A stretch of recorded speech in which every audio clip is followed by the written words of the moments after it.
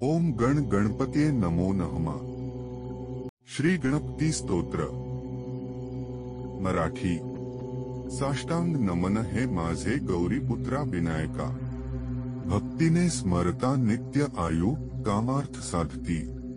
प्रथम नाम वक्रतुंड, दुसरे एकदंत ते, तिसरे कृष्ण पिंगाक्ष, चौथे गजवक्र ते, पाचवे श्रीलंबोदर, सहावे विकट नाम ते, सातवे विघ्नराजेंद्र, आठवे धूम्रवर्ण ते, नववे श्री भालचंद्र, दहावे श्री विनायक, अकरावे श्री गणपती, बारावे श्री गजानन, देवनावे अशी 12 तीन संध्या म्हणेन।